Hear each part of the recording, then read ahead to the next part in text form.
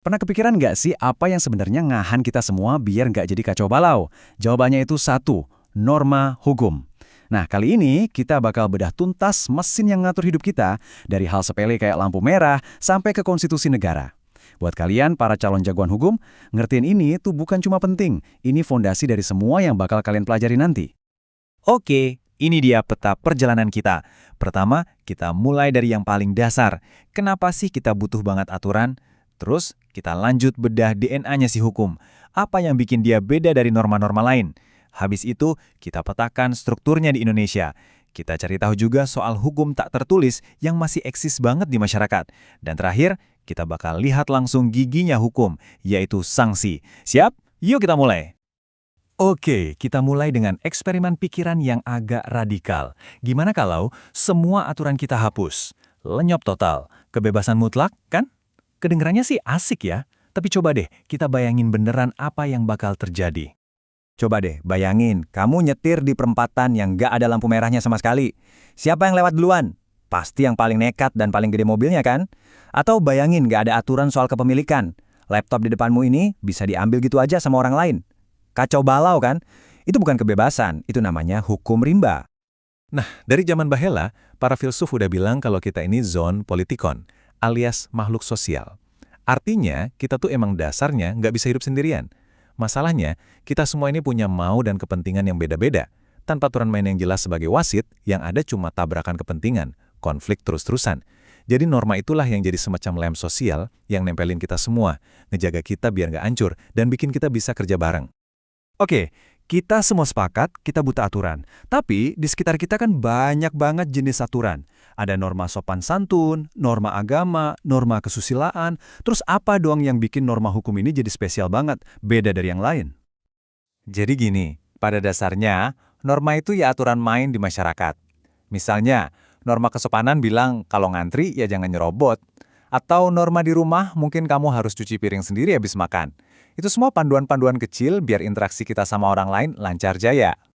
Nah, kalau norma hukum, ini levelnya udah beda. Ada 3 bahan rahasianya, ingat baik-baik. Pertama, yang bikin itu lembaga resmi negara, bukan cuma kebiasaan.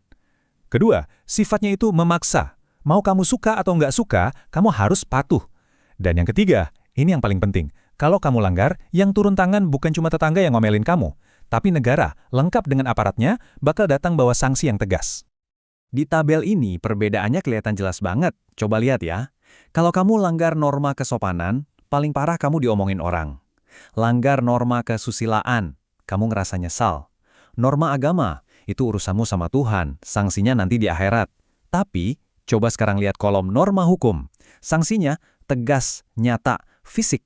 Bisa penjara, denda, bahkan yang paling berat, hukuman mati. Inilah yang bikin hukum jadi wasit utama dalam kehidupan kita. Oke, sekarang kita udah tahu kalau hukum itu spesial karena ada paksaan dan sanksi dari negara. Tapi, aturan hukum itu sendiri nggak acak-acakan. Di sebuah negara hukum atau yang kerennya disebut Rechtsstaat kayak Indonesia, semua aturan itu disusun rapi dalam sebuah struktur bertingkat. Ada satu prinsip kunci yang wajib kalian hafal. Lex superior derogat legi inferiore. Gampangnya gini, anggap aja ini kayak aturan di rumah. Aturan dari orang tua kamu, lex superior, itu pasti lebih tinggi dan mengalahkan aturan apapun yang kamu bikin bareng adikmu, lex inferiori. Nah, di negara kita, UUD 1945 itu aturan orang tuanya. Semua hukum di bawahnya, dari UU sampai Perda, harus nurut dan nggak boleh bertentangan sama UUD. Dan inilah dia piramidanya. Sesuai Undang-Undang Nomor 12 Tahun 2011, di paling puncak ada UUD 1945. Ini cetak biru negara kita. Di bawahnya ada TAP MPR.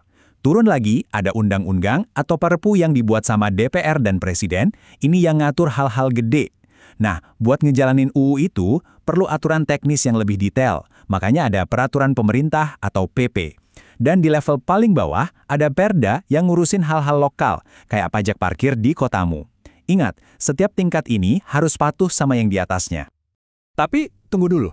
Apa hukum di Indonesia cuma sebatas yang tertulis di kertas doang? Jawabannya tentu enggak. Salah satu hal paling keren dari sistem hukum kita adalah pengakuan terhadap the living law, alias hukum yang beneran hidup dan dipraktikkan di tengah-tengah masyarakat, yaitu hukum adat. Yuk kita lihat contoh pertama yang luar biasa, kanun di Aceh. Di provinsi lain, agama itu urusan pribadi. Tapi di Aceh, karena sejarah dan otonomi khususnya, prinsip-prinsip syariat Islam itu diangkat jadi hukum positif. Jadi, hukum ini beneran ditegakkan oleh negara di sana. Ini contoh nyata dari pluralisme hukum di Indonesia. Sanksinya juga khas banget dan beda dari KUHP nasional kita. Contohnya, untuk perbuatan kholwat, yaitu saat pasangan yang bukan muhrim berduaan di tempat sepi, sanksinya itu hukuman cambuk, dan eksekusinya dilakukan di depan umum. Ini nunjukin betapa beragamnya hukum di dalam satu negara yang sama. Sekarang kita terbang ke Bali. Di sana, setiap desa adat punya semacam konstitusi sendiri yang namanya awig-awig. Ini adalah hukum otonom yang ngatur semua sendi kehidupan warganya, dan kerennya, negara mengakui keberadaannya. Nah, ini yang bikin awig-awig itu dalam banget. Ini bukan sekedar daftar dilarang ini, dilarang itu. Akarnya itu dari filosofi Trihitakarana, yaitu menjaga keharmonisan hubungan antara manusia dengan Tuhan, manusia dengan sesama, dan manusia dengan alam. Jadi kalau ada yang melanggar awig-awig, itu artinya dia nggak cuma melanggar aturan, tapi juga ngeganggu keseimbangan alam semesta. Ini cara pandang terhadap hukum yang beda banget kan? Sanksinya juga unik dan bertingkat. Mulai dari yang ringan kayak teguran, terus ada denda, sampai kewajiban bikin upacara pembersihan. Tapi, sanksi yang paling berat dan paling ditakuti itu namanya kasepekang, alias pengucilan total dari masyarakat. Bayangin, kamu hidup di komunitas yang erat, terus tiba-tiba kamu dianggap nggak ada. Nggak ada penjara, tapi sanksi sosial kayak gini bisa jadi jauh lebih berat rasanya. Dari kanun di Aceh sampai awik-awik di Bali, kita jadi tahu kalau setiap aturan itu pasti ada konsekuensinya. Nah, sekarang kita fokus ke ujung tombak dari hukum negara, sanksi. Sebenarnya, apa sih fungsi dari gigi yang bikin hukum ini ditakuti sekaligus dihormati? Penting banget buat kita bedain tujuan sanksi. Gini deh, kalau ada yang nyuri mobilmu, hukum pidana itu fokusnya buat ngehukum si pencuri, biar dia jera. Ini namanya punitif. Di sisi lain, hukum perdata fokusnya ke kamu si korban. Gimana caranya biar kerugianmu diganti? Ini namanya restitutif. Jadi yang satu soal hukuman, yang satunya lagi soal pemulihan. Beda kan? Dan ini dia kotak perkakas sanksi pidana yang ada di KUHP kita.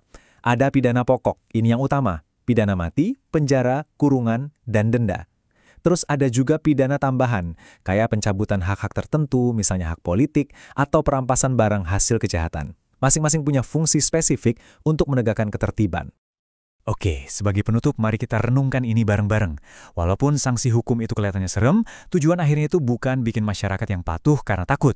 Tujuan idealnya adalah masyarakat yang tetap berhenti di lampu merah jam 3 pagi pas jalanan sepi, bukan karena takut ditilang, tapi karena sadar dan percaya bahwa aturan itu memang kita butuhkan bersama.